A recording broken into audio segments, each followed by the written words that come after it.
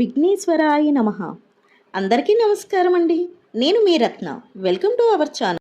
ఈరోజు మన ఛానల్లో ఈ 2026 సంవత్సరంలో ఫిబ్రవరి నెలల్లో మొదటి సూర్యగ్రహణం ఎప్పుడు ఏర్పడనుంది, ఇది భారతదేశంలో కనిపిస్తుందా లేదా పట్టు విడుపు సమయాలు ఏమిటో, ఏ ఏ దేశాల్లో కనిపిస్తుందో, అలాగే గర్భిణీ స్త్రీలు నియమాలు పాటించాలా వద్దా అనే విషయాల గురించి పూర్తి వివరాలు ఈరోజు మనం ఈ వీడియో ద్వారా తెలుసుకుందాం.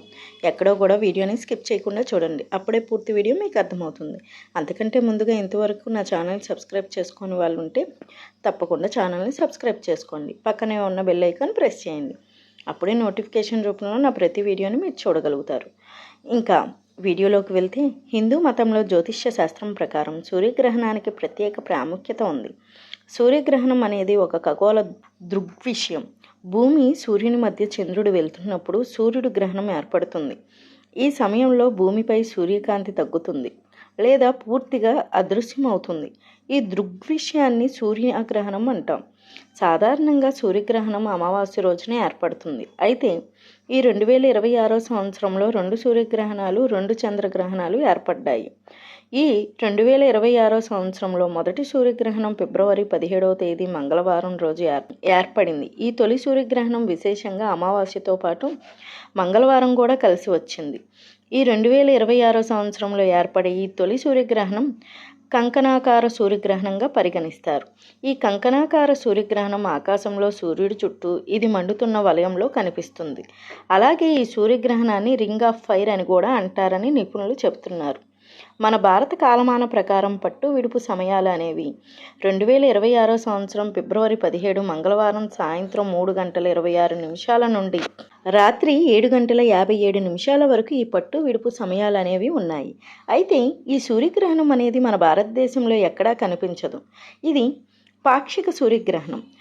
గ్రహణం మనకు కనిపించినందున సూతకకాలం కూడా వర్తించదు. జ్యోతిష నియమాల ప్రకారం కనిపించిన గ్రహణానికి సూతకం లేదు కాబట్టి శుభకార్యాలు, ఆహారం, పూజలు అన్నీ యథావిధిగా చేసుకోవచ్చని పండితులు సూచిస్తున్నారు.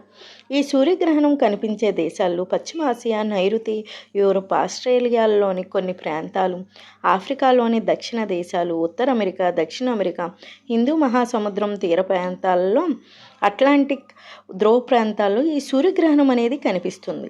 ఈ గ్రహణం మన భారతదేశంలో కనిపించినప్పటికీ గర్భిణీ స్త్రీలు నియమాలు పాటించాలా వద్దా అంటే పాటించిన అవసరం లేదు. కానీ ఆ సమయంలో బయటికి వెళ్లకుండా ఉంటే సరిపోతుంది. బయటకు వస్తే సూర్యుడి నుండి వచ్చే అతినీల లోహిత కిరణాల వల్ల బిడ్డపై ప్రభావం చూపుతుందని, అందుకే బయటికి వెళ్ళడం మంచిది కాదని పెద్దలు చెబుతున్నారు. గ్రహణ సమయంలో పదునైన వస్తువులకు దూరంగా ఉండాలి. అంటే ఈ సమయంలో కూరగాయలు, పండ్లు లాంటివి తరగడం చేయకూడదు. ఒకవేళ అలా చేసినట్లయితే పుట్టబోయే పిల్లల పెదవులు చీలి పుడతారని నమ్ముతారు. గ్రహణ సమయంలో లోహ వస్తువులకు దూరంగా ఉండాలి. ముఖ్యంగా గుండు పినీసులు, హెయిర్ పిన్ తాకకూడదు. ఈ గ్రహణ సమయంలో భగవన్ నామస్మరణ చేసుకుంటే మంచిదని పండితులు చెబుతున్నారు. ఇదండి ఈరోజు వీడియో. మీకు ఈ వీడియో కనుక నచ్చినట్లయితే లైక్ చేయండి, షేర్ చేయండి, అలాగే మన ఛానల్ని సబ్స్క్రైబ్ చేసుకోండి. మళ్ళీ మరో కొత్త వీడియోతో కలుసుకుందాం. Thank you for watching.